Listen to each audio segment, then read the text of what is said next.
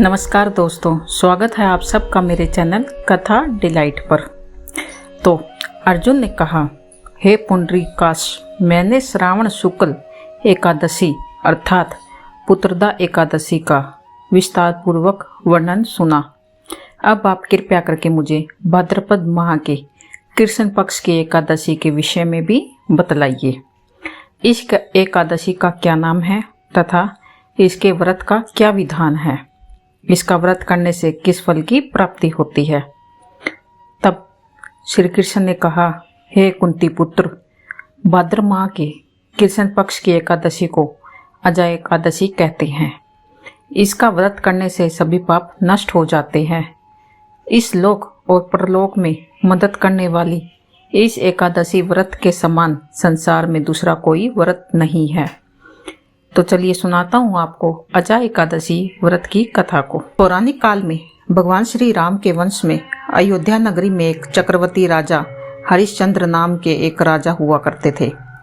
राजा अपनी सत्यनिष्ठा और ईमानदारी के लिए बहुत प्रसिद्ध थे। एक बार देवताओं ने इनकी परीक्षा लेने की योजना बनाई। राजा ने स्वप्न में देखा कि ऋषि विश्वामित्र को उन्होंने अपना राजपाट दान कर दिया। सुबह विश्वामित्र वास्तव में उनके द्वार पर आकर कहने लगे, तुमने स्वप्न में मुझे अपना राज्य दान कर दिया। राजा ने सत्यनिष्ठ व्रत का पालन करते हुए संपूर्ण राज्य विश्वामित्र को सौंप दिया। दान के लिए दक्षिणा चुकाने हेतु राजा हरिश्चंद्र को पूर्व जन्म के कर्म फल के कारण पत्नी, बेटा और खुद को बेचना पड़ा। हरिश्चंद्र को एक डोम ने खरीद लिया था जो शमशान भूमि में लोगों के दाह संस्कार का काम करवाता था। स्वयं वह एक चंडाल का दास बन गया।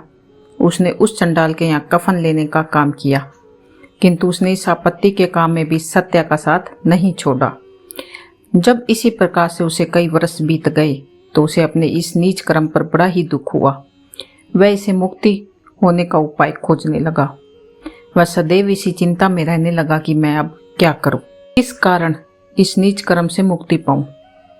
एक बार की बात है, वह इसी चिंता में बैठा था कि गौतम ऋषि उसके पास पहुंचे।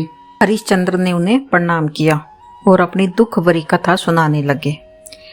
राजा हरिश्चंद्र की दुख भरी कहानी सुनकर महर्षि गौतम भी बहुत दुखी हुए और उन्होंने राजा से कहा, हे राजन, भादो माह के कृष्ण पक्ष की जो एकादशी है उसका नाम अजा है। तुम उस एकादशी का विधान पूर्वक व्रत करो और रात्रि को जागरण करो, इससे तुम्हारे सारे पाप नष्ट हो जाएंगे।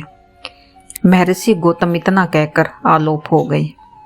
अजा नाम की एकादशी आने पर राजा हरिश्चंद्र ने महर्षि के कहे के अनुसार विधान पूर्वक उपवास तथा रात्रि जागरण किया।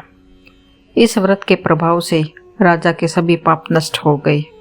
उस समय सर्व में नगाड़े बजने लगे और पुष्पों की वर्षा होने लगी। उन्होंने अपने सामने ब्रह्मा, विष्णु, महेश तथा देवेंद्र आदि देवताओं को खड़ा पाया। उन्होंने अपने मृतक पुत्र को भी जीवित और अपनी पत्नी को राजसी वस्त्र और आभूषणों से परिपूर्ण देखा। व्रत के प्रभाव से राजा को पुनः अपने राज्य की प्राप्ति हुई।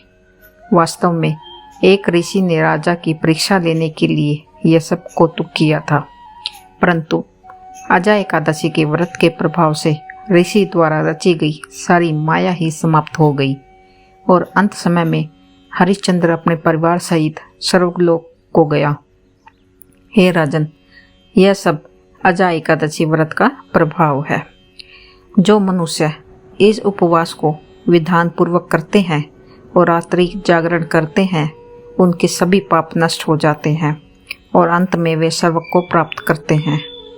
इस एकादशी व्रत की कथा के सुनने मात्र से ही अश्वमेघ यज्ञ के फल की प्राप्ति होती है। जय श्री हरि, जय जगदीश हरि। धन्यवाद।